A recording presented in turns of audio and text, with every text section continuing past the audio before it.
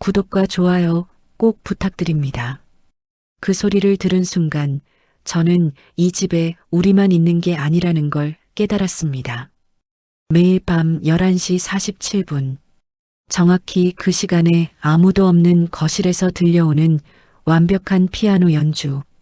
아버지가 돌아가신 지 사흘 만에 시작된 이 기이한 일들의 진실을 알게 됐을 때 저는 차라리 몰랐으면 좋았을 거라고 생각했습니다.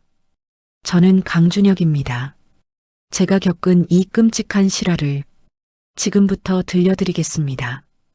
2023년 10월 15일, 아버지 강 회장의 장례식을 마치고 사흘이 지난 날이었습니다. 대한토건의 창립주이셨던 아버지는 76세의 나이로 갑작스럽게 심장마비로 세상을 떠나셨어요. 저와 아내 수연 그리고 12살 아들 민준이는 아버지의 유언에 따라 평창동 본가로 이사를 했습니다. 그 600평 규모의 거대한 저택에서 새로운 삶을 시작하려고 했죠. 저택은 정말 웅장했습니다. 1970년대에 지어진 한옥과 양옥이 조화를 이룬 건물이었어요. 아버지의 취향이 고스란히 담긴 공간이었죠. 특히 1층 거실 한가운데 자리 잡은 검은 그랜드 피아노가 압도적이었습니다. 독일제 스타인웨이였는데 아버지가 30년 전에 들여놓으신 거였어요. 마치 거대한 검은 괴물처럼 거실을 지배하고 있었죠. 하지만 그 집에는 또 다른 주인이 있었습니다. 박순자, 63세의 가정부였습니다. 무려 30년간 아버지를 모셔온 분이었어요. 아버지가 돌아가신 후에도 그 집을 떠나지 않고 지키고 계셨죠. 순자 씨를 처음 만났을 때를 생생히 기억합니다. 키가 작고 마른 체형에 항상 검은색 옷만 입으셨어요. 얼굴은 주름이 깊었지만 눈빛만은 유독 예리했습니다. 그분과 대화를 나눌 때마다 뭔가 말하지 못할 비밀이 있다는 걸 직감했어요. 30년 동안 한 집에서 살았던 사람만이 가질 수 있는 그런 묵직한 침묵이 온몸에서 느껴졌거든요. 순자 씨는 아버지 생전에 정말 많은 것을 알고 있었습니다. 아버지의 건강 상태는 물론이고 비즈니스 스케줄까지도 척척 꿰고 있었어요. 심지어 저보다도 아버지의 취향을 더 잘 아는 것 같았습니다. 이사 첫날 순자 씨가 저희에게 집안을 안내해 주었습니다. 아버지의 서재, 응접실, 그리고 그 인상적인 거실까지. 거실에 도착했을 때 순자 씨가 그 검은 피아노를 조심스럽게 쓰다듬으며 말했어요. 회장님께서 가장 아끼시던 물건이라고. 매일 저녁이면 그 앞에 앉아서 음악을 들으시곤 했다고 했습니다. 하지만 직접 연주하지는 않으셨다고 하더군요. 그날 밤까지는 모든 게 평온했습니다. 저는 아버지의 서재에서 회사 업무를 정리하고 있었어요. 후계 구조 변경 서류, 임원진 재편성 계획 등 산적한 일들이 많았거든요. 2층 끝방에는 수연이가, 그 옆방에는 민준이가 잠들어 있었고요. 순자 씨는 1층 가정부 방에서 쉬고 계셨습니다. 밤이 깊어갈수록 저택은 더욱 고요해졌어요. 평창동 특유의 정적함이 집 전체를 감쌌습니다. 간혹 바람이 나뭇가지를 스치는 소리나 먼 곳에서 들려오는 자동차 소리 외에는 아무것도 들리지 않았어요. 그때까지는 말이죠. 밤 11시 47분. 갑자기 아래층에서 피아노 소리가 들려왔습니다. 처음엔 제 착각인 줄 알았어요. 너무 조용한 밤이라 바람 소리나 먼 곳의 음악 소리를 잘못 들은 거라고 생각했죠. 하지만 그 선율은 점점 선명해졌습니다. 쇼팽의 야상곡이었어요. 그것도 9번 2호 E 플랫 장조. 아버지가 생전에 가장 사랑하셨던 곡이었습니다. 장례식장에서 조문객들이 떠난 후 혼자 앉아 계신 아버지 옆에서 이 곡이 흘러나왔던 기억이 났어요. 연주는 정말 완벽했습니다. 프로페셔널한 수준을 넘어서서 영혼이 담긴 연주였어요. 각 음표마다 깊은 감정이 스며 있었고 특히 중간 부분의 슬픈 선율은 듣는 이의 가슴을 먹먹하게 만들었습니다. 아버지가 돌아가시기 전 마지막 며칠 동안의 모습이 떠올랐어요. 병원 침대에 누워 계시면서도 이 곡만은 반복해서 들으셨거든요. 마치 무언가에 대한 그리움을 달래려는 것처럼. 하지만 이상했습니다. 이 집에 피아노를 그렇게 칠 줄 아는 사람은 아무도 없었거든요. 아버지는 클래식 애호가셨지만 직접 연주하지는 못하셨어요. 저 역시 어릴 때 몇 번 레슨을 받아봤지만 간단한 동요 정도만 칠 수 있었고요. 수연이는 대학 시절 교양으로 피아노를 배워서 기본적인 곡들은 연주할 수 있었지만 지금 들려오는 이런 고난도 클래식은 불가능했어요. 게다가 지금은 분명 잠들어 있었고요. 그럼 도대체 누가 저렇게 완벽하게 아버지의 애창곡을 연주하고 있는 걸까요? 저는 펜을 놓고 귀를 더욱 집중해서 기울였습니다. 소리는 분명히 1층 거실에서 들려오고 있었어요.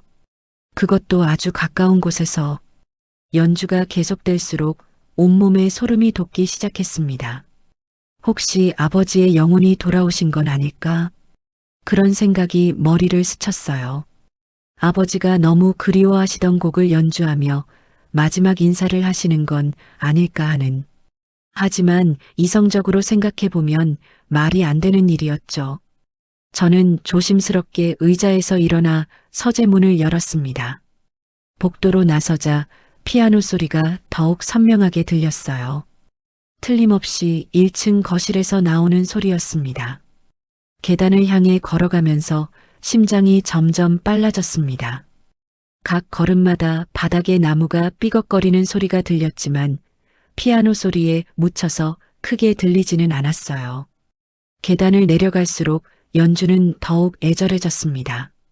특히 야상곡의 중간 부분에서 반복되는 주선율은 정말 가슴이 미어지는 듯 했어요. 마치 누군가가 깊은 그리움과 슬픔을 음악으로 토해내고 있는 것 같았습니다. 1층 복도에 도착했을 때 피아노 소리는 절정에 달했습니다. 거실로 향하는 문 앞에 서자 연주자의 손가락이 건반을 누르는 소리까지도 선명하게 들렸어요. 저는 숨을 죽이고 거실 문손잡이에 손을 올렸습니다. 살며시 문을 열어보려는 순간 연주가 멈췄습니다. 갑작스러운 정적이 온 집을 감쌌어요. 마치 연주자가 제가 오는 걸 알아채고 일부러 멈춘 것 같았습니다. 저는 재빨리 문을 열고 거실 안으로 들어갔습니다. 하지만 거기엔 아무도 없었습니다. 검은 그랜드 피아노만이 달빛을 받아 고요히 서 있을 뿐이었어요. 건반 덮개는 열려 있었고 피아노 의자는 연주자가 방금 전 일어난 것처럼 약간 뒤로 밀려나 있었습니다. 공기 중에는 아직도 그 슬픈 선율의 여운이 남아있는 것 같았어요. 마치 음표들이 허공에 떠다니다가 천천히 사라져가는 듯한 느낌이었습니다. 저는 온몸에 소름이 돋으며 피아노 주변을 자세히 살펴봤습니다. 혹시 누군가 숨어 있거나 빠져나간 흔적이 있을까 해서요. 거실의 모든 모서리를 확인해 봤지만 아무것도 없었습니다. 창문들은 모두 잠겨 있었고 다른 방으로 통하는 문들도 조용히 닫혀 있었어요. 피아노 건반을 살펴보니 특별한 점은 없었습니다. 먼지도 없이 깨끗했고 건반들도 평소와 다를 바 없었어요. 하지만 이상하게도 건반에서 미묘한 온기가 느껴지는 것 같았습니다. 그때 순자 씨 방에서 희미한 불빛이 새어나오는 걸 발견했어요. 혹시 순자 씨가 뭔가를 알고 있을 수도 있겠다는 생각에 조심스럽게 문을 두드렸습니다. 톡톡톡. 방 안에서 뒤척이는 소리가 들렸습니다. 잠시 후 순자 씨의 목소리가 들려왔어요. 목소리는 또렷했습니다. 잠든 상태였다면 좀 더 흐릿할 텐데 마치 뭔가를 기다리고 있었던 것처럼 말이죠. 제가 피아노 소리에 대해 묻자 순자 씨는 잠깐의 침묵 후에 대답했습니다. 바람 때문에 건반이 눌린 것 같다고 하더군요. 오래된 집이라 그런 일이 가끔 있다면서. 하지만 바람에 건반이 눌려서 쇼팽의 야상곡 전곡이 완벽하게 연주될 리는 없잖아요. 그것도 그렇게 감정까지 살아있게 말이에요. 순자 씨의 설명은 억지스러웠습니다. 하지만 더 이상 추궁할 수는 없었어요. 30년간 이 집을 지켜온 분에게 의심의 눈초리를 보낼 수는 없었거든요. 그날 밤 저는 잠들기 어려웠습니다. 계속해서 그 피아노 소리가 귓가에 맴돌았어요.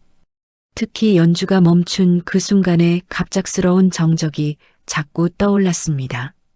다음 날 아침 수연이에게 어젯밤 일을 털어놨습니다. 수연이는 처음엔 믿지 않으려 했어요. 하지만 제 진지한 표정을 보고는 심각해했습니다. 수연이도 밤새 뭔가 이상한 기분이 들었다고 하더군요. 꿈에서 자꾸 피아노 소리가 들렸다고요. 그날 밤에도 다시 피아노 소리가 들렸습니다. 이번엔 드뷔시의 달빛이었어요. 역시 11시 47분 정각이었습니다. 그리고 그 다음날 밤에도, 그 다음날 밤에도 매일 밤 정확히 11시 47분 1층 거실에서 들려오는 완벽한 연주. 베토벤의 월광 소나타, 리스트의 사랑의 꿈, 드뷔시의 아라베스크, 모두 아버지가 사랑하셨던 곡들이었어요. 하지만 아무리 빨리, 아무리 조용히 내려가도 거실에는 아무도 없었습니다. 단지 피아노 의자만이 연주 후의 자리에 놓여 있을 뿐이었죠. 일주일이 지나면서 저희 가족은 점점 예민해졌습니다. 수연이는 밤마다 잠들기를 두려워했고 민준이도 이상한 기운을 느끼는지 자꾸 엄마 방에서 자려고 했어요. 하지만 이건 정말 시작에 불과했습니다. 진짜 지옥은 그 다음날 밤부터였어요. 민준이가 뭔가를 봤다고 하기 시작했거든요. 10월 22일 새벽 2시.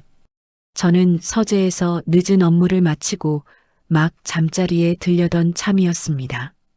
그런데 갑자기 복도에서 발자국 소리가 들렸어요. 하지만 이상했습니다. 평소 민준이의 발걸음보다 훨씬 빨랐거든요.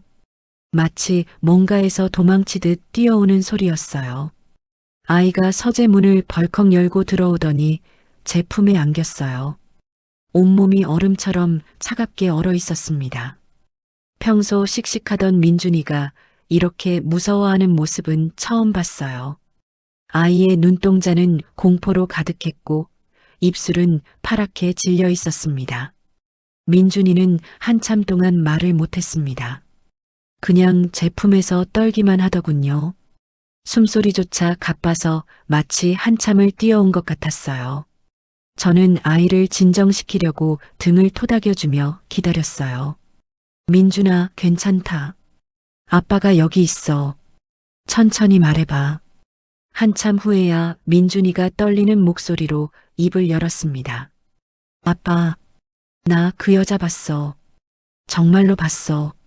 민준이의 목소리는 떨리고 있었지만 확신에 차 있었어요. 거짓말하는 톤이 아니었습니다. 무엇을 봤는지 천천히 말해보렴. 민준이는 새벽에 목이 말라서 물을 마시러 1층으로 내려갔다고 했습니다. 계단을 조용히 내려가는데 또 그 피아노 소리가 들렸어요. 어제처럼 그제처럼. 하지만 이번에는 달랐습니다. 민준이는 호기심이 생겨서 거실 쪽으로 살금살금 다가갔다고 했어요. 거실 입구에서 조심스럽게 안을 들여다봤는데 민준이가 말을 멈췄습니다. 그리고 다시 한번 몸을 떨었어요. 정말로 누군가가 피아노를 치고 있었어요. 그 순간 제 등골이 서늘해졌습니다. 어떤 사람이었니? 하얀 원피스를 입은 여자였어요. 머리카락이 길고 까맣게 허리까지 내려왔어요. 민준이의 묘사는 너무나 생생했어요. 그 여자는 피아노 앞에 똑바로 앉아서 베토벤 곡을 치고 있었어요. 손가락 움직임이 정말 아름다웠어요. 마치 나비가 꽃 위에서 춤추는 것 같았어요. 하지만 민준이의 표정은 전혀 아름답지 않았어요. 공포에 질린 얼굴이었습니다. 그래서 한참 동안 지켜봤어요. 너무 신기해서. 그런데 민준이가 또 말을 멈췄습니다. 그런데 뭐였니? 갑자기 그 여자가 연주를 멈췄어요. 그러더니 민준이의 목소리가 더욱 떨렸습니다. 천천히 고개를 돌리기 시작했어요. 그래서 저는 무서워서 계단으로 뛰어갔어요. 그리고 2층 복도에 숨어서 아래쪽을 내려다봤는데 민준이가 제 팔을 꽉 붙잡았어요. 거실에서 희미한 하얀 그림자가 스르르 사라지는 걸 봤어요. 마치 연기처럼. 저는 민준이의 이야기를 들으면서 온몸에 소름이 돋았어요. 아이가 거짓말을 할 이유도 할 능력도 없었거든요. 그렇다면 정말로 누군가가 우리 집에 있다는 뜻인가요? 하지만 어떻게 그게 가능할까요? 이 집의 모든 출입구는 확실히 잠겨 있었는데 다음 날 아침 저는 수연이와 함께 민준이에게 다시 한번 자세히 물어봤습니다. 혹시 꿈이었을 수도 있지 않냐고도 해봤지만 민준이는 단호했어요. 꿈이 아니에요. 분명히 봤어요. 민준이는 그 여자의 모습을 더 자세히 설명해 줬어요. 키는 엄마보다 조금 작았어요. 머리카락은 정말 길어서 허리까지 내려왔고요. 하얀 원피스는 긴 소매였어요. 치마 부분이 바닥까지 닿을 정도로 길었고, 그리고 민준이가 마지막으로 한 말이 가장 충격적이었습니다. 그리고 한쪽 다리를 살짝 절뚝거리는 것 같았어요. 절뚝거린다고? 그 말을 듣는 순간 뭔가 섬뜩한 기분이 들었어요. 만약 정말 누군가가 이 집에 숨어서 살고 있다면, 그리고 그 사람이 다리에 장애가 있다면, 과연 어떻게 이 집에 들어올 수 있었을까요? 수연이도 민준이의 이야기를 듣고는 심각한 표정을 지었어요. 처음에는 아이의 상상이라고 생각했었는데 묘사가 너무 구체적이고 일관성이 있었거든요. 또 다른 특징은 없었니? 민준이가 잠깐 생각하더니 말했습니다. 아, 그리고 그 여자가 연주할 때 가끔씩 고개를 끄덕였어요. 마치 음악에 완전히 빠진 것처럼. 그런데 가장 무서웠던 건 뭐가? 제가 보고 있는 걸 알아챈 것 같았어요. 민준이의 말에 저와 수연이 모두 얼어붙었습니다. 어떻게 알았는데? 갑자기 연주를 멈추더니 천천히 이쪽을 돌아보려고 했어요. 마치 누군가 지켜보고 있다는 걸 느낀 것처럼. 얼굴은 못 봤니? 아니요. 너무 무서워서 뛰어갔어요. 우리는 즉시 집안을 샅샅이 뒤져보기로 했습니다. 1층부터 시작해서 지하실, 다락방까지 구석구석 확인해 봤어요. 혹시 누군가 숨어 있거나 침입한 흔적이 있나 살펴봤지만 아무것도 발견할 수 없었습니다. 모든 창문은 안쪽에서 잠겨 있었고 출입문들도 마찬가지였어요. 침입자가 들어올 수 있는 경로는 전혀 없었습니다. 그럼 민준이가 본 건 정말 귀신이었을까요? 하지만 귀신이 피아노를 친다는 것도 이상한 일이잖아요. 게다가 왜 하필 아버지가 좋아하셨던 클래식 곡들만 연주하는 걸까요? 순자 씨에게도 물어봤습니다. 혹시 이 집에 다른 사람이 살고 있는 건 아닌가요? 아니면 예전에 다리 불편한 여자가 이 집에 온 적이 있나요? 하지만 순자 씨는 단호하게 부인했습니다. 30년 동안 이 집에는 가족들 외에는 아무도 들어온 적이 없어요. 특히 다리 불편한 여자는 더더욱 모르겠어요. 그런데 이상했습니다. 순자 씨가 그 말을 할 때 눈빛이 흔들리는 걸 봤어요. 뭔가 거짓말을 하고 있다는 직감이 들었습니다. 30년간 이 집에서 살았던 사람이 정말 아무것도 모른다는 게 믿어지지 않았어요. 그날 밤에도 또 피아노 소리가 들렸습니다. 이번에는 쇼팽의 발라드였어요. 역시 11시 47분 정각이었습니다. 저는 이번엔 더 빨리 내려가 보기로 했어요. 민준이가 본 그 여자를 제 눈으로 직접 확인하고 싶었거든요. 연주가 시작되자마자 저는 맨발로 조용히 계단을 내려갔습니다. 복도를 지나 거실 입구에 다가갔어요. 심장이 터질 듯이 뛰었습니다. 거실 문틈으로 살짝 들여다봤는데 이번에도 아무도 없었어요. 하지만 이상한 점이 있었습니다. 피아노 의자가 평소보다 높게 조절되어 있었어요. 그리고 의자 등받이 부분에 긴 머리카락 몇 가닥이 걸려 있었습니다. 검고 긴 머리카락이었어요. 저는 그 머리카락을 조심스럽게 집어서 자세히 살펴봤습니다. 분명히 여자의 머리카락이었어요. 그런데 우리 집에 그렇게 긴 머리를 가진 사람은 없었거든요. 수연이의 머리카락은 어깨까지밖에 안 되고 순자 씨는 항상 머리를 짧게 자르고 다니세요. 그럼 이 머리카락은 누구 것일까요? 다음 날 아침 그 머리카락을 수연이에게 보여줬어요. 수연이도 깜짝 놀라더군요. 이건 분명히 우리 가족 것이 아니야. 이제 확실해졌습니다. 정말로 누군가가 우리 집에 있다는 것을요.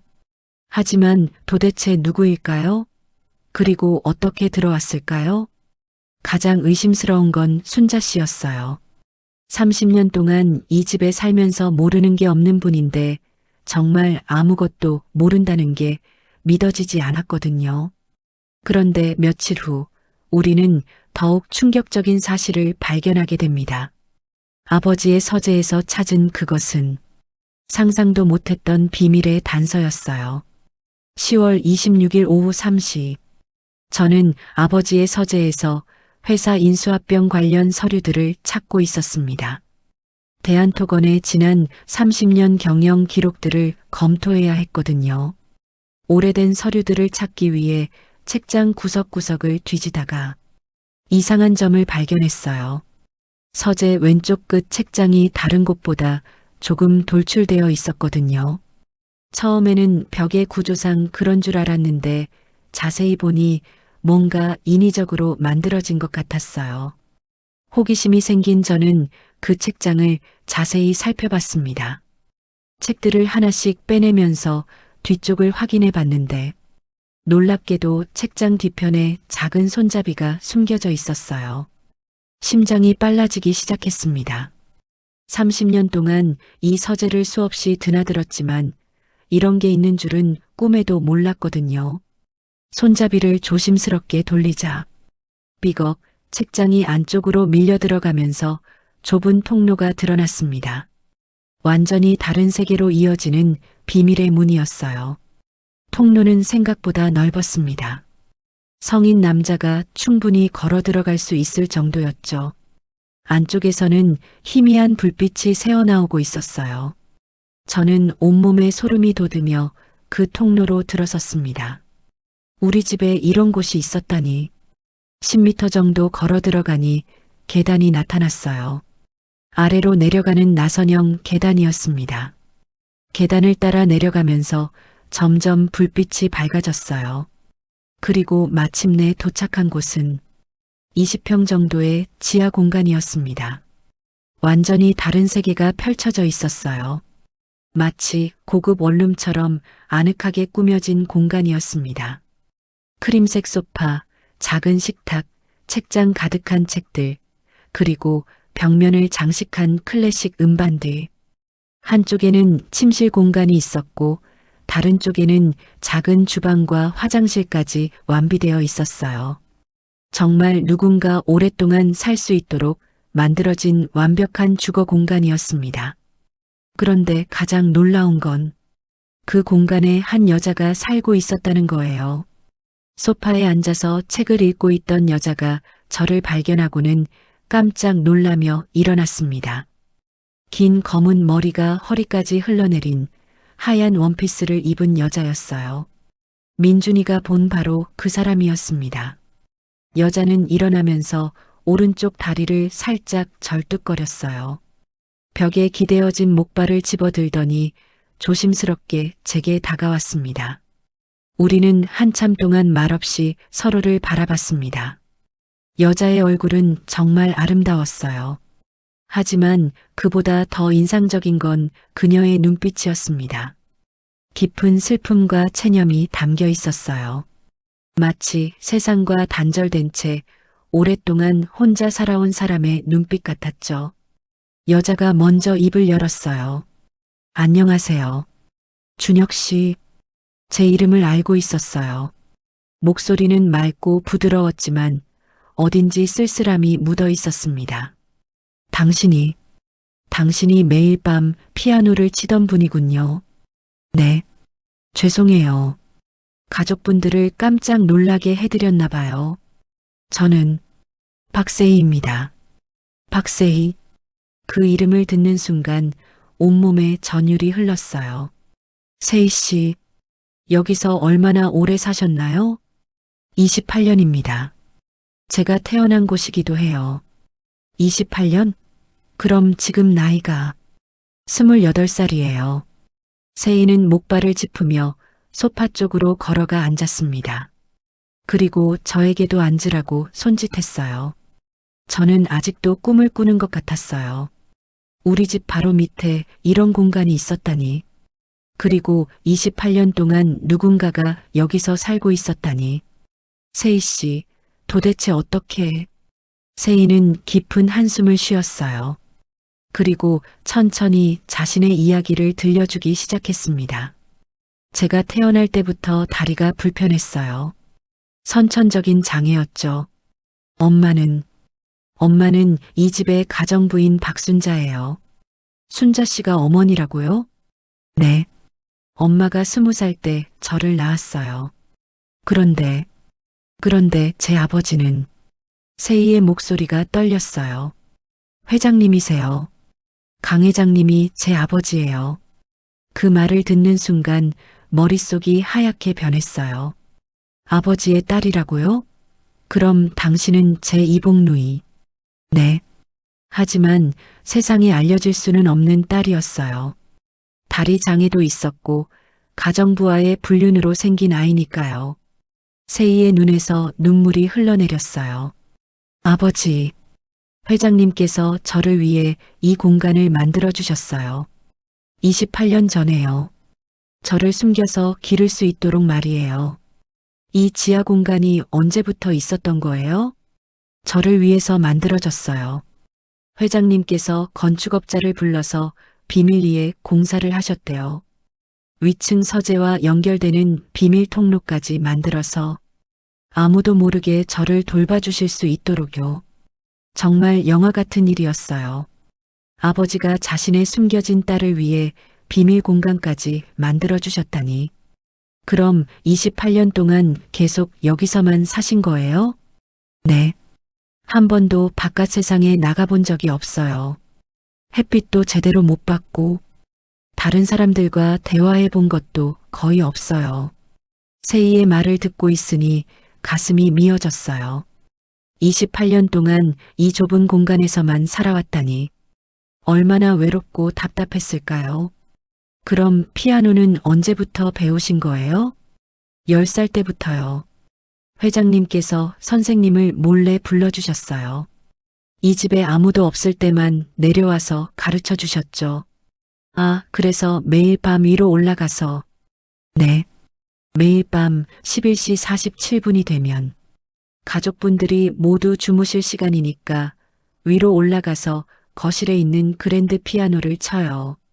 11시 47분이 특별한 시간인가요? 회장님께서 정해주신 시간이에요. 그 시간에만 위로 올라가도 된다고 하셨거든요. 가족분들을 놀라게 하면 안 되니까요. 그런데 결국 들키게 됐네요. 민준이가 봤어요. 아, 그 어린 도련님이 보셨군요. 정말 죄송해요. 세희는 정말 미안해하는 표정이었어요. 28년 동안 숨어 살면서 가족들에게 폐를 끼치지 않으려고 조심했는데 결국 발각된 걸 자책하고 있는 것 같았어요. 아니에요. 미안해할 일이 아니에요. 오히려 저희가 미안해요. 28년 동안 당신이 여기 있는 줄도 모르고. 괜찮아요. 회장님께서 그렇게 하라고 하셨으니까요. 절대 가족분들 앞에 나타나면 안 된다고. 아버지가 그런 말씀을 하셨다고요? 네. 준혁 도련님은 정당한 후계자이시고 저는 그냥 숨어서 살아야 하는 존재라고 하셨어요. 세희의 말을 들으니 복잡한 감정이 들었어요. 한편으로는 아버지가 세희를 보호해 주려고 했다는 생각이 들었지만 다른 한편으로는 28년 동안 햇빛도 못 보게 하신 게 너무 잔인하다는 생각도 들었거든요. 세희 씨, 정말 28년 동안 한 번도 밖에 나가고 싶지 않으셨어요? 물론 나가고 싶었어요. 다른 사람들은 어떻게 사는지, 바깥 세상은 어떤 곳인지 정말 궁금했어요. 세희는 창문도 없는 이 지하 공간을 둘러보며 말했어요. 하지만 제 다리 때문에, 그리고 저를 세상에 드러낼 수 없다는 회장님 말씀 때문에 포기했어요. 그럼 어떻게 살아오신 거예요? 음식이나 생필품은 순자 엄마가 모든 걸 해주셨어요. 음식도 가져다 주시고, 옷이나 책도 사다 주시고, 순자 씨가 28년 동안 혼자서 당신을 돌봐주신 거예요? 네. 엄마 혼자서요. 정말 고생 많이 하셨어요. 그 순간 순자 씨의 모든 행동이 이해됐어요. 왜 그렇게 이 집을 떠나지 않으려고 했는지, 왜 항상 뭔가 숨기는 것 같았는지, 30년 동안 자신의 딸을 지하에 숨겨두고 돌봐야 했던 순자 씨의 마음은 어땠을까요? 얼마나 마음이 아팠을까요? 세희 씨, 그럼 아버지, 회장님과는 자주 만나셨어요? 가끔요. 한 달에 한두 번 정도 이곳에 내려와 주셨어요. 그리고 제 피아노 연주를 들어주시곤 했어요. 아버지가 여기 내려와 주셨다고요? 네. 항상 제가 좋아하는 음식을 사다 주시고, 새 책도 가져다 주시고, 그리고 제 피아노 연주를 정말 좋아해 주셨어요. 세희의 얼굴에 잠깐 웃음이 스쳤어요. 아버지와의 추억을 떠올리는 표정이었죠. 회장님께서 가장 좋아하시던 곡이 쇼팽의 야상곡이었어요. 그래서 제가 그 곡을 열심히 연습해서 들려드렸죠. 아, 그래서 매일 밤 그 곡을. 네. 회장님이 돌아가신 후로는 그분을 그리워하며 치고 있어요. 세희의 눈에서 또 눈물이 흘러내렸어요. 회장님이 마지막으로 여기 오신 게 한 달 전이었어요. 그때 많이 아프신 것 같으셨는데, 그래도 제 연주를 끝까지 들어주셨어요. 아버지의 마지막 모습을 생각하니 저도 눈물이 났어요. 세상에 알려지지 않은 딸을 위해 마지막까지 사랑을 주셨던 아버지. 그런데 세희 씨, 이제 어떻게 하실 거예요? 아버지가 돌아가셨으니. 모르겠어요. 회장님께서 항상 말씀하셨어요. 당신이 돌아가시면 준혁 도련님께 모든 걸 맡기겠다고. 하지만 도련님이 저를 어떻게 생각하실지. 세희는 불안한 표정으로 저를 바라봤어요. 저는 정말 복잡한 마음이었어요. 갑자기 나타난 이복루이, 그것도 28년 동안 우리 집 지하에서 숨어 살았던. 하지만 세희를 보고 있으니 화가 나지 않았어요. 오히려 안쓰럽고 미안한 마음뿐이었죠. 세희 씨, 이제 더 이상 여기 숨어서 살 필요 없어요. 정말 괜찮으세요? 물론이에요. 당신은 아버지의 딸이잖아요. 제 누이고요. 세희는 믿을 수 없다는 표정을 지었어요. 28년 동안 숨어서 살아야 한다고 생각했는데 갑자기 받아주겠다는 말을 들으니 얼떨떨했을 거예요. 하지만 제 다리도 잃었고 세상 물정도 모르고 천천히 배우면 되잖아요. 이제는 당당하게 햇빛도 보고 사람들과도 만나고 정말 그래도 될까요? 세희의 목소리가 희망으로 떨렸어요.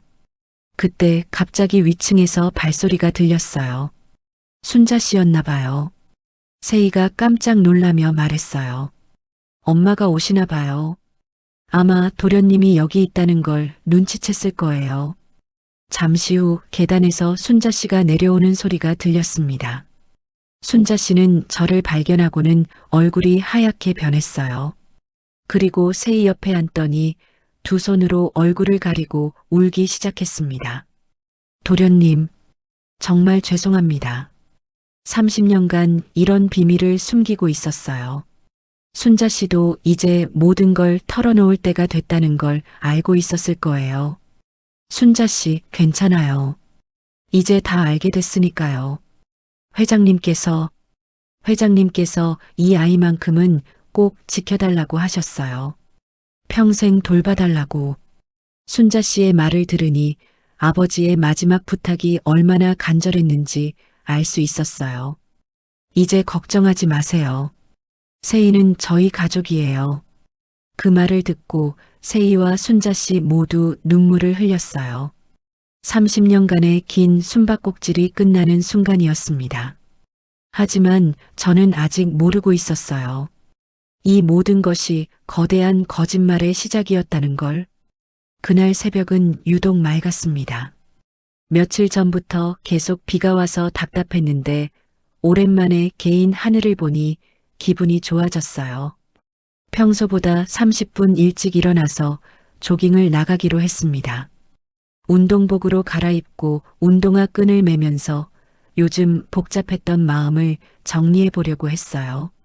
세희에 대한 의심들이 계속 커지고 있었지만 혹시 제가 너무 예민하게 생각하는 건 아닐까 하는 생각도 들었거든요. 현관 앞에서 스트레칭을 하다가 문득 정원 쪽을 바라봤습니다. 그리고 그 순간 제가 본 것은 28년간 우리 가족을 속여온 가장 잔인한 연극의 현장이었습니다. 세희가 정원을 자유자재로 뛰어다니고 있었습니다. 목발은 어디에도 보이지 않았어요. 검은색 운동복을 입은 세희가 나무 사이를 마치 전문 운동선수처럼 가볍게 뛰어다니며 완벽한 몸놀림을 보여주고 있었습니다. 한쪽 다리를 절뚝거린다던 그 세희가 말이에요. 저는 그 순간 온몸의 피가 거꾸로 흐르는 느낌을 받았어요. 28년간 아버지가 그토록 아끼셨던 불쌍한 딸이 28년간 우리가 동정하고 사랑했던 그 아이가 모든 게 거짓말이었다는 건가요? 더 충격적인 건 세희가 혼자가 아니었다는 거예요. 정원 구석에서 한 남자가 세희를 기다리고 있었습니다. 30대 중반 정도로 보이는 남자였는데 검은색 가죽 재킷을 입고 있었어요. 얼굴은 잘 보이지 않았지만 뭔가 위험한 분위기가 물씬 풍겼습니다. 세희는 그 남자에게 달려가서 반갑게 포옹했어요. 그 모습을 보는 순간 저는 온몸에 분노가 치밀어 오르는 걸 느꼈습니다. 28년간 지하에서만 살았다던 세희가 어떻게 외부 남자와 이런 친밀한 관계를 맺고 있을 수 있을까요? 그리고 뭔가를 주고받는 것 같았습니다. 돈인지 뭔가 중요한 물건인지 저는 숨을 죽이고 그 광경을 지켜봤습니다. 손이 주먹으로 저절로 쥐어졌어요. 얼마나 철저하게 우리를 바보로 만들었던 걸까요? 세희와 그 남자는 약 10분간 대화를 나눴습니다. 거리가 멀어서 대화 내용은 들리지 않았지만 세희의 표정과 몸짓이 평소와 완전히 달랐어요.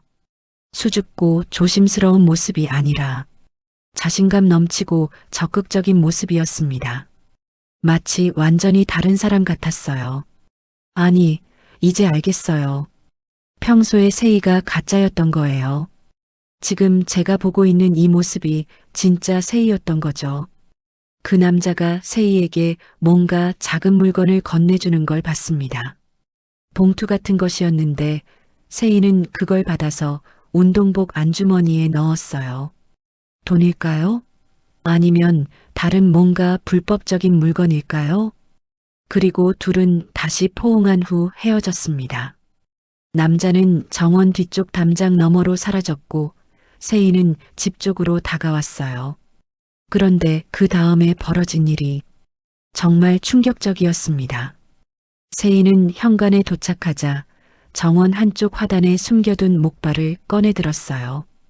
그리고는 갑자기 표정을 바꾸더니 다리를 절뚝거리기 시작했습니다. 완벽한 연기였습니다. 방금 전까지 자유롭게 뛰어다니던 그 사람이 갑자기 불쌍한 장애인으로 변하는 모습을 보니 온몸에 소름이 돋았어요. 아니, 소름을 넘어서서 분노가 치밀어 올랐습니다. 어떻게 이렇게 뻔뻔할 수 있을까요? 28년간 아버지의 사랑을 받으면서, 28년간 우리의 동정을 받으면서 모든 게 연기였다는 건가요? 세희는 목발을 짚고 절뚝거리며 집 안으로 들어갔습니다. 평소와 똑같은 불편해 보이는 걸음걸이였어요. 하지만 이제 저는 그것이 얼마나 완벽하고 치밀한 연기인지 알고 있었습니다. 저는 급히 계단으로 뛰어 올라가 2층 복도 창문으로 정원을 다시 내려다봤습니다. 하지만 이미 아무도 없었어요. 마치 방금 전의 일이 꿈이었던 것처럼. 하지만 꿈이 아니었어요. 잔인한 현실이었습니다. 세희는 지난 일주일간, 아니, 28년간 우리 앞에서 연기를 하고 있었던 거예요.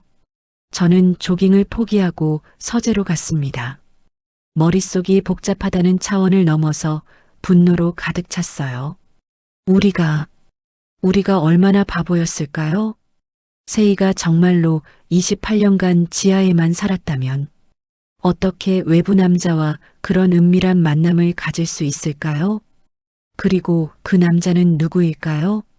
왜 새벽에 몰래 만나는 걸까요? 가장 중요한 건 세희가 왜 다리를 성한데도 절뚝거리는 연기를 하고 있느냐는 거였어요. 그때 갑자기 끔찍한 생각이 들었습니다. 혹시 아버지를 28년간 속였던 건 아닐까? 아버지가 세희를 그토록 아끼셨던 이유는 딸이기도 했지만 무엇보다 다리가 불편한 걸 안쓰러워하셨기 때문이었어요. 매번 지하실에 내려가실 때마다 불쌍한 우리 세희라고 말씀하시곤 했다고 순자 씨가 말했잖아요. 그런데 만약 그 장애가 전부 연기였다면 아버지는 28년 동안 가짜 장애인에게 속아서 막대한 돈과 사랑을 퍼부으신 걸까요? 생각할수록 분노가 치밀어 올랐습니다. 주먹을 꽉 쥐었는데도 떨림이 멈추지 않았어요. 어떻게 이런 일이 가능할까요? 어떻게 사람이 이렇게 잔인할 수 있을까요? 그날 아침 식사 때 세희가 평소처럼 목발을 짚고 절뚝거리며 식탁에 앉는 모습을 보면서 새벽에 본 그 완벽한 움직임이 계속 떠올랐어요. 어젯밤에 잠이 안 와서 고생했어요. 세희가 피곤한 표정을 지으며 말했습니다. 완벽한 연기였어요. 정말 완벽한. 하지만 저는 이제 그 이유를 알고 있었어요. 새벽에 누군가와 은밀한 만남을 가졌으니까.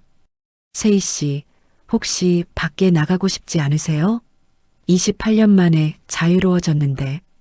제가 조심스럽게 물어봤습니다.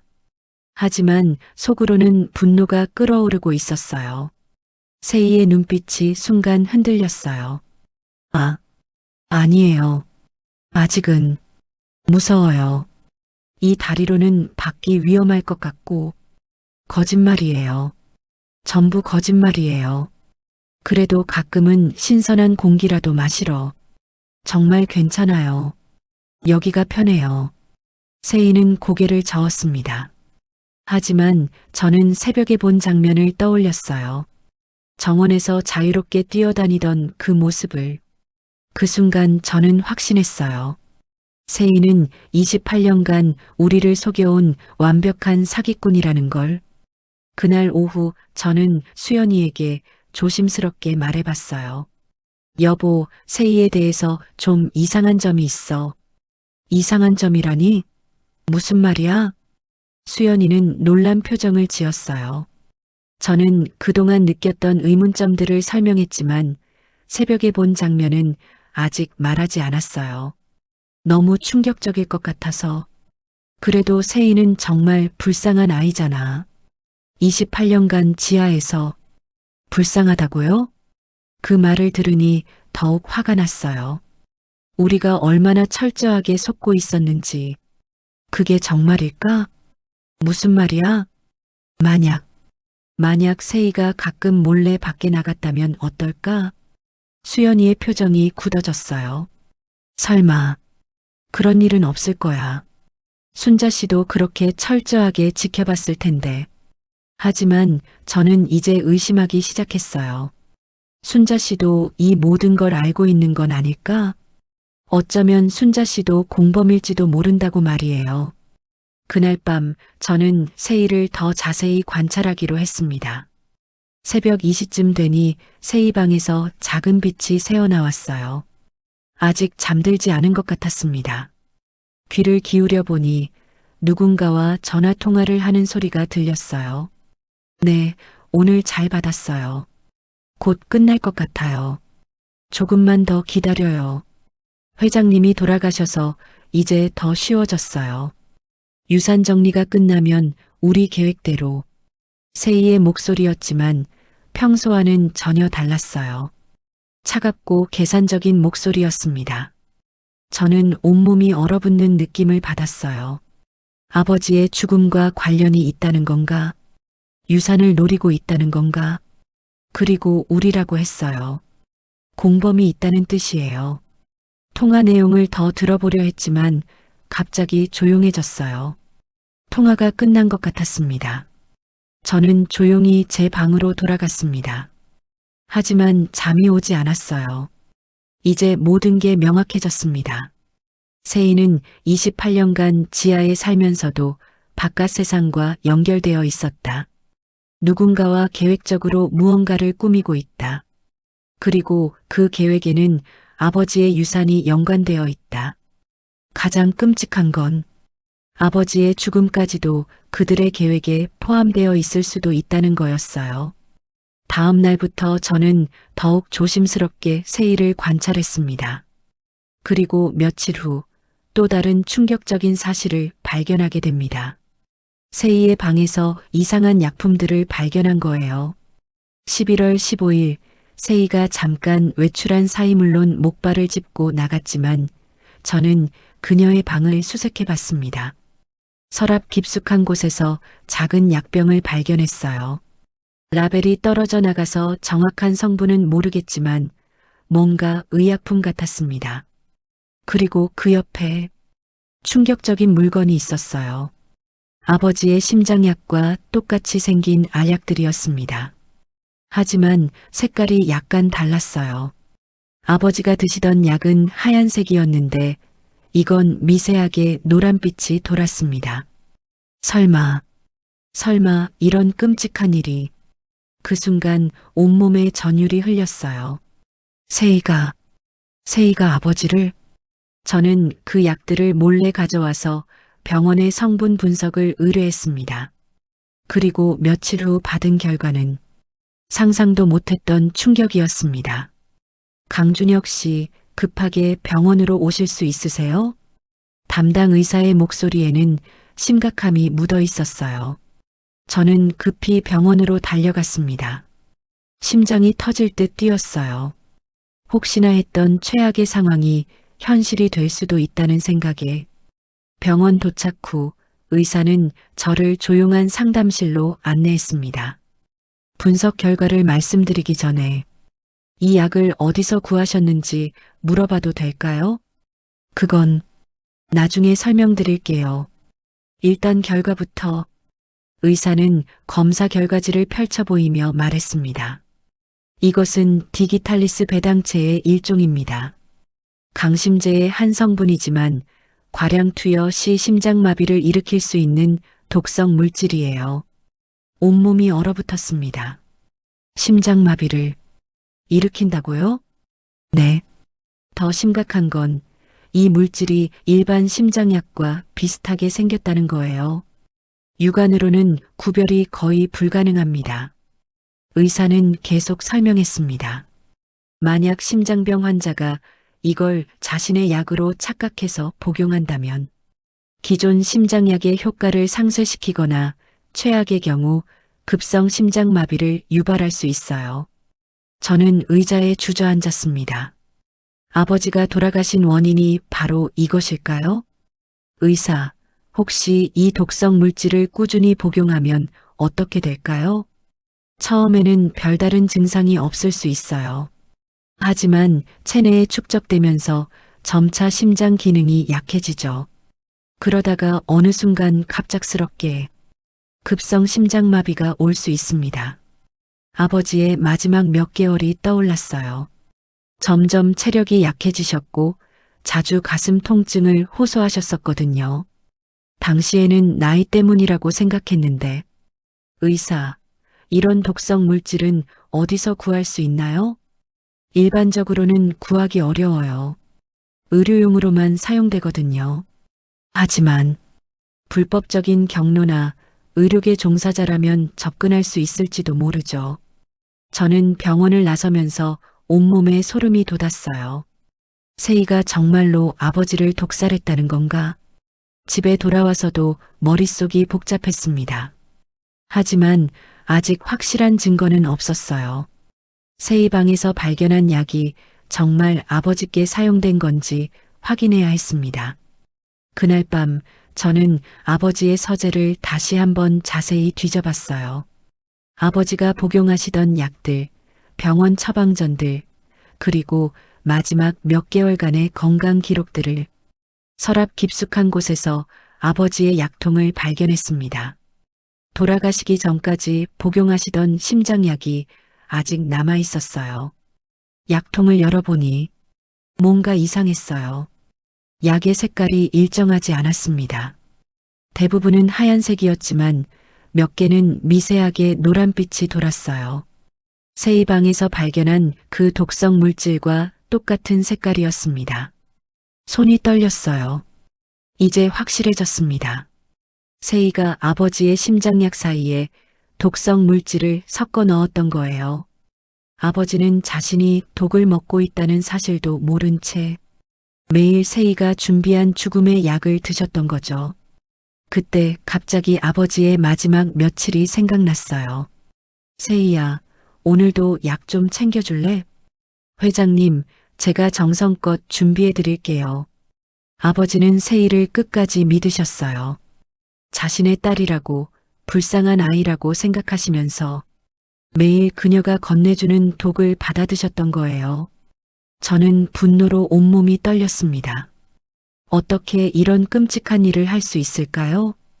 28년간 아버지의 사랑을 받아온 세이가 어떻게 그 은혜를 독으로 갚을 수 있었을까요? 다음 날부터 저는 세이의 모든 행동을 더욱 면밀히 감시하기 시작했습니다. 세이가 외출할 때마다 몰래 뒤를 따라가 봤어요. 목발을 짚고 절뚝거리며 나가던 세이가 집에서 멀어지면 목발을 숨기고 멀쩡하게 걸어다니는 모습을 여러 번 목격했습니다. 그리고 세이가 자주 가는 곳이 있었어요. 시내 번화가의 한 카페였습니다. 거기서 항상 같은 남자와 만났어요. 제가 정원에서 봤던 바로 그 남자였습니다. 저는 카페 근처에서 숨어서 그들의 만남을 지켜봤어요. 둘의 관계는 연인 사이 같았습니다. 아주 친밀하게 대화하고 손도 잡고 심지어 키스도 했어요. 28년간 지하에 숨어 살았다던 세이가 언제 이런 남자친구를 만났을까요? 그들의 대화를 엿들으려고 했지만 거리가 너무 멀어서 잘 들리지 않았어요. 하지만 가끔씩 들리는 단어들이 있었습니다. 돈, 계획, 거의 다 됐어. 조금만 더. 그리고 그 남자가 세이에게 또 다른 작은 봉투를 건네는 걸 봤어요. 지난번과 똑같은 봉투였습니다. 저는 그날 집에 돌아와서 수연이에게 모든 걸 털어놨어요. 여보, 큰일 났어. 세이가 아버지를 독살했을지도 몰라. 무슨 소리야? 그게 무슨... 저는 병원에서 받은 분석 결과와 아버지 약통에서 발견한 증거들을 모두 보여줬습니다. 수연이의 얼굴이 점점 하얗게 변했어요. 정말 그런 일이 가능해? 가능해. 아니, 분명히 그랬어. 세희는 28년간 아버지를 속여왔고 마지막에는 독까지 먹여서 죽였어. 그럼 우리는 어떻게 해야 하지? 일단 더 확실한 증거를 찾아야 해. 그리고 세희의 정체도 확실히 밝혀내야 하고. 그때 갑자기 한 가지 생각이 떠올랐어요. 정말로 세희가 아버지의 딸일까? 순자 씨와 아버지 사이에 태어난 딸이라고 했지만 혹시 그것조차 거짓말인 건 아닐까요?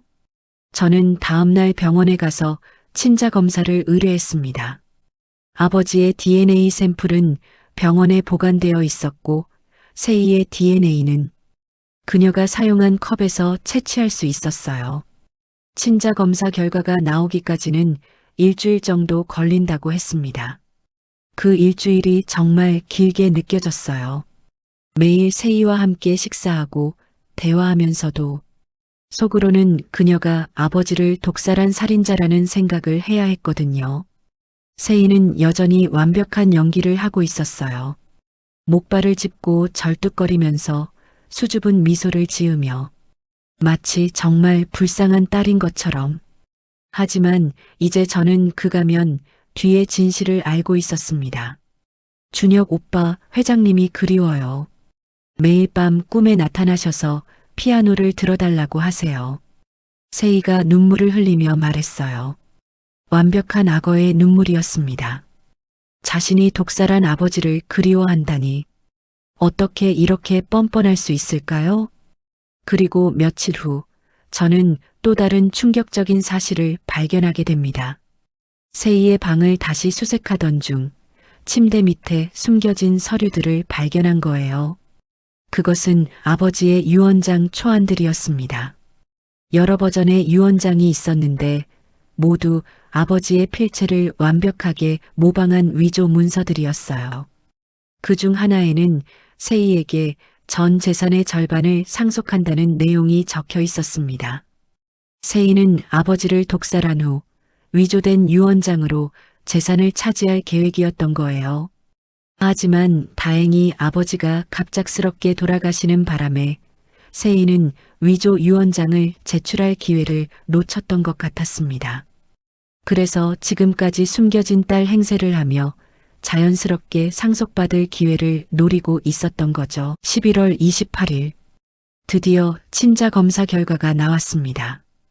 병원에서 온 전화를 받는 순간 제 예상이 맞았다는 걸 알 수 있었어요. 세희와 아버지는 전혀 혈연 관계가 없었습니다. 세희는 아버지의 딸이 아니었어요. 28년간 아버지를 속여온 완전한 사기꾼이었던 거죠. 그럼 순자 씨는 뭘까요? 순자 씨도 이 사기극에 가담한 공범일까요? 저는 이제 모든 진실을 밝혀낼 때가 왔다고 생각했습니다. 세희의 정체, 아버지를 독살한 진실, 그리고 28년간의 거대한 사기극까지. 하지만 세희도 바보가 아니었어요. 제가 자신을 의심하고 있다는 걸 눈치채기 시작했습니다. 그리고 그날 밤 세희는 마지막 카드를 꺼내 들었습니다. 11시 30분부터 저는 거실 소파에 앉아 기다렸습니다. 손에는 모든 증거를 준비해뒀어요. 독성 물질 분석서, 친자 검사 결과, 위조 유언장들, 그리고 가장 결정적인 증거인 아버지가 마지막에 복용하셨던 독이 든 심장약들까지. 심장이 쿵쿵 뛰었지만 분노가 훨씬 컸어요. 28년간 지하에 숨어 살면서 아버지를 철저히 속이고 마지막에는 독살까지 한 그 악마 같은 년을 오늘 밤 반드시 끝장내겠다고 다짐했습니다. 11시 47분 정각. 지하에서 올라오는 발자국 소리가 들렸어요. 비밀 통로 계단을 조용히 올라와서 거실로 향하는 그 익숙한 소리.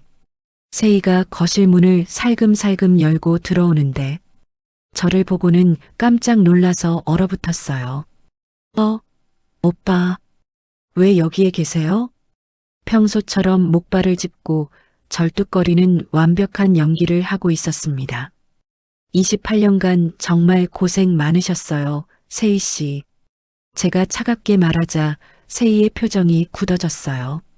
매일 밤 지하에서 올라와서 이 피아노 앞에 앉아 불쌍한 딸 연기하느라 말이에요.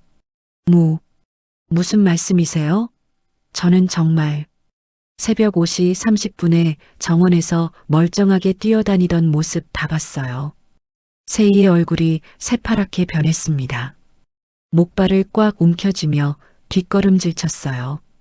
목발 화단에 숨겨두고 남자친구랑 만나서 돈 받고 그리고 집에 들어올 때만 갑자기 절뚝거리는 그 완벽한 연기 말이에요. 그건 어떻게 그리고 이것도 봤어요. 저는 독성 물질이 든 약병을 꺼내서 세희 앞에 던졌습니다. 당신 지하방에서 발견한 독, 아버지 심장약과 똑같이 생긴 독성 물질. 세희의 두 눈이 완전히 흔들렸어요. 이제 더 이상 숨길 수 없다는 걸 깨달은 것 같았습니다. 아버지를 28년간 속이는 것도 모자라서 독살까지 했다는 거군요. 그때 세희가 갑자기 목발을 바닥에 확 내던졌어요. 쾅! 더 이상 절뚝거리지 않고 똑바로 서서 완전히 다른 표정을 지었습니다. 차갑고 사악한 눈빛이었어요. 마치 가면을 벗은 것처럼. 결국 들켰구나. 목소리도 180도 달라졌습니다. 조심스럽고 수줍던 톤이 아니라 차갑고 거만한 목소리였어요. 그래, 맞아. 다 연기였어. 세희가 당당하게 일어서서 냉소적으로 웃으며 말했습니다. 28년간 매일 밤 이 지긋지긋한 지하에서 올라와서 피아노 치면서 불쌍한 딸 행세하는 거 말이야. 그럼 다리도? 당연히 멀쩡하지. 어릴 때부터 회장님 동정심 끌려고 완벽하게 연기한 거야. 저는 주먹을 꽉 쥐었어요. 온몸에 분노가 치밀어 올랐습니다. 그럼 아버지를 독살한 것도 인정하는 거네요? 인정해. 당연하지. 세희가 뻔뻔하게 대답했어요. 회장님이 유언장을 바꾸려고 했거든. 나한테 줄 재산을 자선단체에 기부하겠다고 하더라고. 그래서 서둘러 독을 탄 거군요. 28년간 이 지하 감옥에서 산 대가는 받아야지. 이제 자유롭게 살고 싶어. 그 순간 저는 완전히 폭발했습니다. 자유롭게 살고 싶다고? 그래서 28년간 당신을 진짜 딸처럼 사랑해주신 아버지를 독살했다는 거야? 아버지가 마지막에 뭐라고 하셨는지 알아? 저는 세희에게 다가가며 소리쳤어요. 세희야, 고맙다. 아빠는 내가 있어서 정말 행복했어. 비록 다리가 불편하지만 너는 아빠의 자랑스러운 딸이야 라고 하셨어. 세희의 표정이 순간 흔들렸어요. 그 말씀을 하시면서 당신이 준 독을 마시셨어. 자기를 죽이는 독을. 그런 건 알 바 아니야. 아버지는 마지막 순간까지 당신이 불쌍한 딸인 줄 알고 계셨어요. 저는 더 이상 참을 수 없었어요. 28년간 많은 사람들 눈을 피해 지하에 숨겨가며 키워주시고 매일 밤 당신 피아노 연주 들으며 내 딸이 이렇게 재능이 있구나 하며 행복해 하셨는데 당신은 그 은혜를 도구로 갚았어. 세희가 갑자기 피아노를 주먹으로 내리쳤어요. 쾅! 쾅! 쾅! 닥쳐. 나도 피해자라고. 28년간 이 지하 감옥에서 살았다고. 피해자라고? 저는 비웃으며 준비한 서류를 꺼냈어요. 그럼 이것도 피해자가 한 짓이에요? 친자 검사 결과서를 세희 앞에 던졌습니다. 친자 검사 결과예요. 당신과 아버지는 전혀 혈연 관계가 없어요. 세희의 얼굴이 더욱 창백해졌어요. 28년간 아버지는 당신이 진짜 딸인 줄 알고 사랑해 주셨는데 당신은 완전히 남의 자식으로 사기를 친 거예요. 어떻게 그걸? 그리고 더 충격적인 건 순자 씨도 이 모든 걸 알고 있었다는 거예요. 세희가 깜짝 놀라며 뒤를 돌아봤어요. 그때 계단에서 순자 씨가 내려오는 소리가 들렸습니다. 순자 씨가 거실로 들어오더니 세희를 보고 깊은 한숨을 내쉬었어요. 세희야, 결국 이렇게 됐구나. 순자 씨, 정말 다 알고 계셨던 거죠? 세희가 아버지의 친딸이 아니라는 걸요. 순자 씨가 고개를 끄덕였어요. 네, 알고 있었어요. 순자 씨의 목소리는 떨리고 있었어요. 세희 아버지는 다른 남자예요. 회장님과의 관계가 끝난 후에 다른 사람과 사이에서 생긴 아이예요. 그럼 왜 28년간 아버지를 속이셨어요? 왜 진실을 말하지 않으셨어요? 회장님께서 너무 기뻐하셨어요. 자신의 딸이 생겼다고. 그리고 다리까지 불편하다고 하니까 더욱 안쓰러워하시면서 그래서 모녀가 짜고 28년간 완벽한 사기극을 벌인 거군요. 저는 분노로 온몸이 떨렸어요. 하지만 독살만큼은 제가 말렸어요. 순자 씨가 눈물을 흘리며 말했어요. 세희가 이상한 약을 구해오길래 뭐냐고 물어봤더니 회장님께 해가 되는 일은 하지 말라고 말렸어요. 하지만 세희는 듣지 않았죠. 세희가 냉소적으로 웃으며 말했어요. 엄마는 겁쟁이야.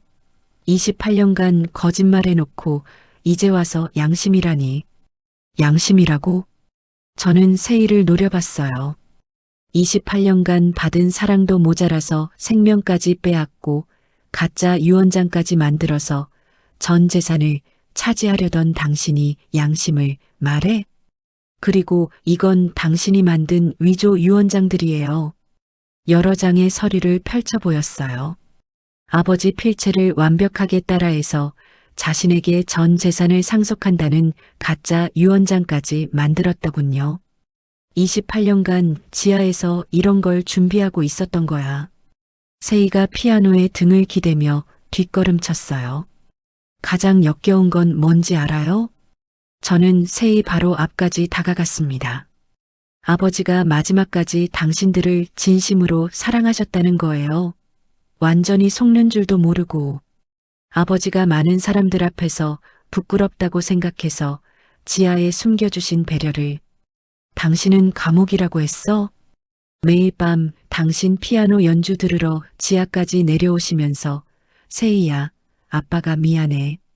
이렇게 숨어 살게 해서 라고 하시던 아버지를 세희가 울부짖었어요. 그만해. 나는 갑자기 세희가 피아노 위 무거운 촛대를 집어들었어요. 너도 방해하면 가만 안 둬. 하지만 저는 이미 준비하고 있었습니다. 경찰. 제가 외치자 현관문이 열리며 경찰들이 들어왔어요. 세희가 깜짝 놀라며 촛대를 바닥에 떨어뜨렸습니다. 이 모녀가 저희 아버지를 속이고 독살했습니다. 저는 경찰에게 모든 증거를 건넸어요. 28년간 친딸인 척 사기를 쳤고 계획적으로 독을 써서 살인을 저질렀어요. 경찰이 세희에게 다가가자 세희가 마지막 발악을 했어요. 내가 뭘 잘못했어? 28년간 지하에서 숨어 산 게 죄야? 저는 차갑게 대답했습니다. 지하에서 숨어 살았다고요? 아버지가 세상의 시선으로부터 당신을 보호해 주시려고 만들어주신 보금자리에서요? 28년간 받은 사랑도 모자라서 생명까지 빼앗고 가짜 유언장으로 전 재산까지 차지하려고 했잖아요.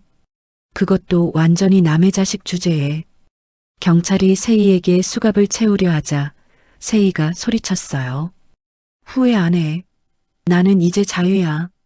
자유라고요? 저는 세희를 바라보며 마지막 일격을 날렸습니다. 무기징역 받아서 진짜 철창 안에 갇혀서도 자유라고 하세요. 28년 지하가 감옥이었다고? 이번엔 평생 진짜 감옥에서 살아보세요. 세희의 얼굴이 완전히 무너졌어요. 그제서야 자신이 저지른 일의 심각성을 깨달은 것 같았습니다. 아니야. 아니야. 나는. 하지만 이미 늦었어요. 경찰들이 세희를 끌고 나가기 시작했습니다.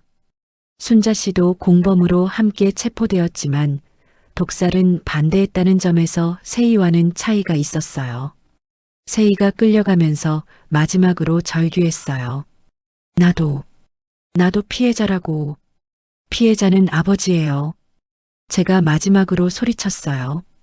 28년간 진심으로 사랑했던 가짜 딸한테 독살당한 아버지가 진짜 피해자라고. 완전 남의 자식한테 속아서 죽으신 아버지가. 세희가 완전히 끌려나간 후 거실은 고요해졌습니다.